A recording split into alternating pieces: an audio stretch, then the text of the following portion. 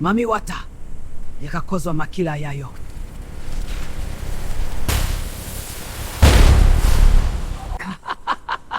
Zemi! Ya nani pondu?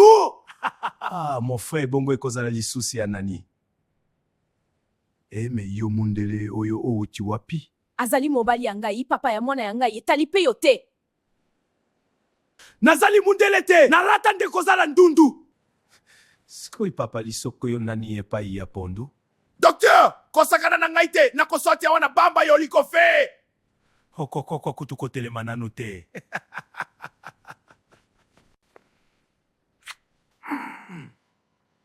Nazali na esengo vraiment, kanga biloko ya yo, il faut ofanda ndako ya ngai. Master pesa biso tanto solo la pardon. Ozali kosakana na ngai. Bebe boma moto. Ozali kopesa zo wana ba biz. Okomi pe na Zemi, yo ndumba vraiment. Okanisa kimbongo nazalaki kozwa ofele. Azoloba pe ofanda na ye. Okokende te. Nakokende, ozali kobosana kok. Tika bazwa. Ha! Papa, keboko koma papa lisoko kalate. Pondu wana asakana kate. Pesa ngai kaka facture ya pondu na semeki ya ngai. Madame Chikwange abimi, eloko ezali kaka kotinda ngai epai yayo bima ndako oyo ozali mwana malamu. Kobanga te mbinzo. Nakozala na ngai bien, mere Chikwange azali kwede mama ya ngai mingi, nazokanga motema pona ye. Kotikaka losambo te, Nzambe abongisaka nyonso, kobosana yango te.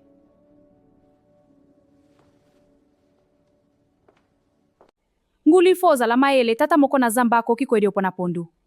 Tata ya zamba akwede ndenge nini? Dima kaka na mema yo. Nalingi makambu ya bakisite. Galet. Talanda kuya ngai. Okanisi kozala lokola ya mutu ekomisanga imuti ya tina boye. Nzambe na ina dati yoni.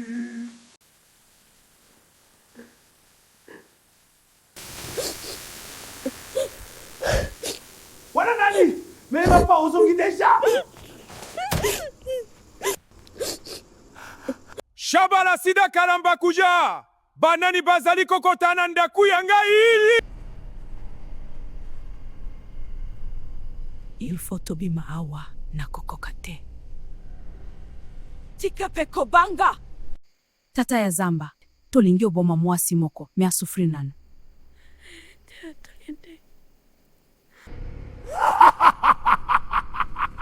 Ngai nazali mwana nyanza zambe.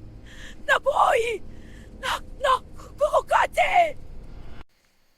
Ondima kikoyawa. Sikoyo komi kogoya. Pardon tokende, ngai nazali mo Kristu, makambu yo na kokokate. Izoba na bino, boye na ndaku ya ngai ofele. Sikoyo bozali kokende. Soki bolingo bokende, il faut moko na bino akufa. Makilo ifo etanga. Okoki kofuta facture ya pondu membanda ya yo akobima lelo te. Tika bilobela. Bébé na futi déjà facture, zwa biloko ya yo tokende. Ebongo ngai eke kozokipe ngai te. Docteur wana ya tina te alobi okobima lelo te mon frère. Tufina ye, pondu azosakana. Bébé osomili sous voiture ozali na ebele deja. Oui, mwewe ezali pona yo. Toleka nano epai ya yo po ozwa biloko ya yo. Te bébé, papa ya ngai ayebi makambu ya Zemi nante. Il faut pena kutana na ye, ozali mama ya mwana ngai ekosala bien. Mukolo misos skoete.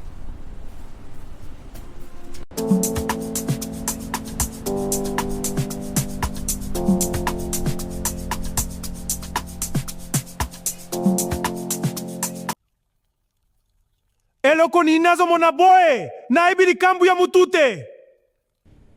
Luka mbika kotika yete.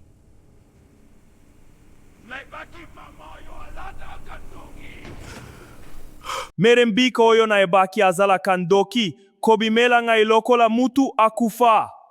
nyama na ye kwanga wanazaliko kanisa enane zoba ya mobali yako betisa ye.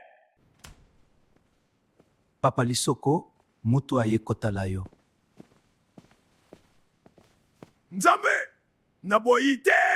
Kotika ngai na ye te! Pardon, docteur, nakofuta yo! Napekisa yo makambo yako sambela me oyoka te. Limbisa mama. Wapi kwanga? Ozongi naye? Naye bebe akendaki te.